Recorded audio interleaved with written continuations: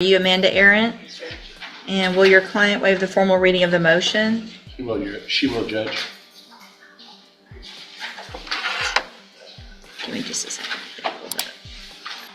All right, so this is 15-23083, and Ms. Arendt was placed. We jump right into chaos. Mid-hearing, mid-storm, the judge uncovers a 2017 mistake that flips probation into a full conviction. One ruling, one correction, and everything in this courtroom just changed forever. On probation July 31st of 2017 for the offense of intoxication manslaughter. At the time, that was a 10-year deferred probation, and we have spoken off the record, Mr. Parker and Ms. Malfino and I, realizing that that was obviously an error that took place. And Ms. Arendt, I know Mr. Parker has gone over that with you as well. Is that correct? And so with everyone's permission, it's my understanding that everyone agrees that I go back and modify that judgment from 2017 from a deferred probation to a conviction with a straight probation. Is that correct? Yes, and I believe, Judge, we agreed to it being 10/10. Here's the real twist. Deferred probation is mercy in motion. Finish it, and you walk clean. But straight probation, that's a conviction. This correction isn't paperwork. It's a rewrite of destiny. Right, which would make sense. And Ms. Arendt, you've gone over that with Mr. Parker, and you agree. Is that correct? Yes, I've explained to you about the error in the judgment and what we're doing here today, and we're amending that judgment to reflect what it should have been there, and it's going to be retroactively, so it would be like it happened at that time. You were sentenced to 10 years prison, but you got 10 years probation. So then at this time, based on the previous plea and all of the information and admonishments that were given back on that plea date, I am going to retroactively, with everyone's agreement, find Ms. Arendt guilty of intoxication manslaughter, assess that punishment retroactively at 10 years in prison, probate it for 10 years, which gets us here. All of the other conditions, fines, and everything would remain the same. So the judgment from back then will just need to be knocked to show that it was a straight probation with that conviction instead of the deferred probation.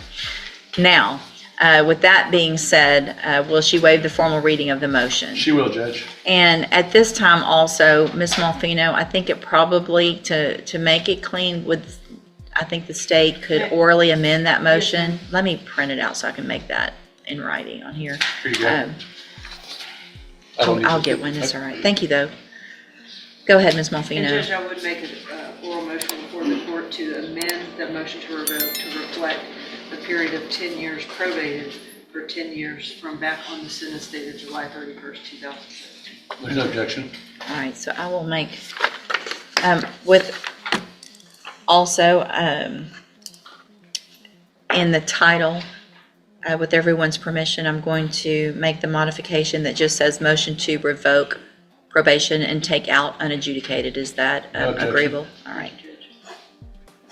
Okay, so now let's go through the motion. Ms. Arendt, in 15-23083, I have a motion to revoke your probation.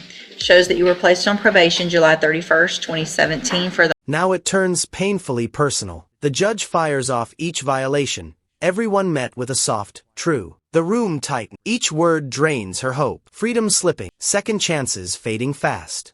Offense of intoxication manslaughter. Shows now that that was a 10-year sentence in prison that was probated for 10 years.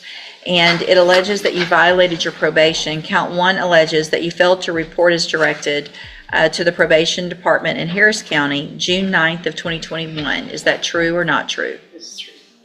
Count 2 alleges that you failed to report to Jefferson County by mail March, May, and June of 2021. Is that true or not true? This is true.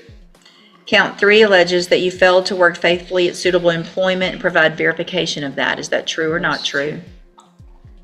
Count 4 alleges that you failed to immediately report to the probation officer your change of address. Is that true or not true? This is true. Count 5 alleges that you failed to immediately report to your probation officer your change of employment. Is that true or not true? It's true. And then count 6 alleges that you are behind in your court-assessed fees. It's true. Did you enter your pleas of true to counts 1 through 6 freely and voluntarily? Yes, ma'am. And did you plead true to those counts because they're actually true? Yes, ma'am. I have here on the tablet some documents that have your signature on them that the state has marked as Exhibit Number 1. Before you signed these, did you go over them with Mr. Parker? Yes, ma'am. Do you fully understand them? Yes, ma'am. And do you understand, if I follow the agreement that you made with the district attorney, that you will be waiving or giving up any right to appeal? Yes, ma'am. State tenders number 1. No objection? It's admitted. Any evidence that Ms. Aaron's not competent? No, Your Honor. All right, ma'am, I'm going to find that you entered your pleas of true to counts 1 through 6 freely and voluntarily. Find those counts true. Find sufficient evidence to revoke your probation, and at this time, revoke your probation. Reassess your punishment in accordance with your agreement for a term of 8 years in the Institutional Division of the Texas Department of Corrections. And there it is.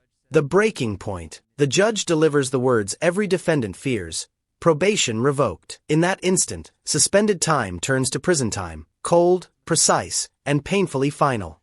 You will receive credit on that sentence for any time that you've been in custody that the law gives you the right to receive. The state is asking that I make an affirmative finding of a deadly weapon. State's Exhibit Number 2 that's been admitted is the probable cause affidavit that shows underlying offense. Mr. Parker, any objection or comments with regard to that? Obviously, she'd rather it not be found. I understand the court position, so we defer to the court. All right, I am going to find that there is affirmative finding of a deadly weapon, the vehicle in this case, and sentence you again. And here comes the knockout punch. Texas law's deadly weapon finding. The weapon, her car. One phrase locks away parole, brands her record forever. In this courtroom, even metal turns criminal. To that term, I am going to hand you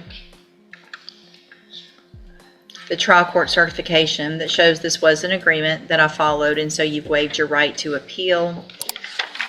I will also hand you a written admonishment regarding your ineligibility to possess a firearm or ammunition. Because of the judgment entered against you, you're ineligible under Texas law to possess a firearm or ammunition. Possession of a firearm or ammunition could lead to charges against you. Firearm is a legal term, and you should read the written admonishment I provide you to see what devices qualify as a firearm. If you have questions about the laws that make you ineligible to possess a firearm or ammunition, or about how long that lasts, you can talk with Mr. Parker. Good luck to you, ma'am. You can go back with the bailiff. Ms. Allen, in cause number 23, DCCR 0639, I have a motion to revoke your unadjudicated probation. Shows that you were placed on probation October 23rd of 2023 for the offense of evading arrest or detention with the use of a vehicle, third-degree felony, and that was an 8-year deferred probation. Is that correct? Yes, ma'am.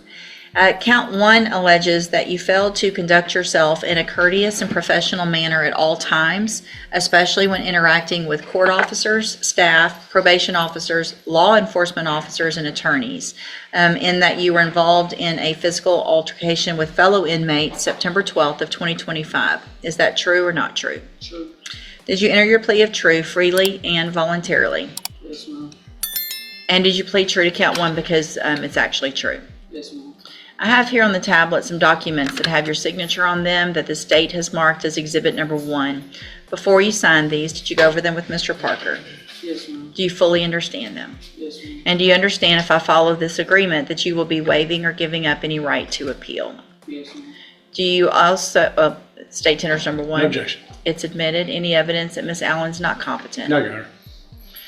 All right, ma'am, I'm going to find that you entered your plea of true to count 1 freely and voluntarily. Find that count true, find sufficient evidence to find you guilty, and at this time find you guilty of evading arrest or detention with the use of a vehicle. Sentence you in accordance with your agreement to a term of 3 years in the Institutional Division of the Texas Department of Corrections. You will receive credit on that sentence for any time that you've been in custody, but the law gives you the right to receive. Handing you the trial court certification that shows that this was an agreement that I followed, and so you've waived your right to appeal. You've also been handed a written admonishment regarding your ineligibility to possess a firearm or ammunition. Because of the judgment entered against you, you're ineligible under Texas law to possess a firearm or ammunition. Possession of a firearm or ammunition could lead to charges against you. Firearm is a legal term, and you should read the written admonishment I provide you to see what devices qualify as a firearm. If you have questions about the laws that make you ineligible to possess a firearm or ammunition, or about how long that lasts, you can talk with Mr. Parker. Ms. Allen, this gives me no pleasure to do this, but you were told specifically some very specific things about behaving in the Jefferson County Jail. And the fact that you chose to go in there and still continue to fight and be disrespectful after I gave you the opportunity, you gave me no choice but to do this. I hope that you learn that there are consequences to your actions. There will be consequences when you're in TDC. Whether you make parole or not is going to depend on how you act. So you could end up doing the whole 3 years in TDC if you keep acting like this. They're not going to let you out. They're going to have the same types of consequences. Your life, when you do get out, same types of consequences. All right? You can go back with the bailiff.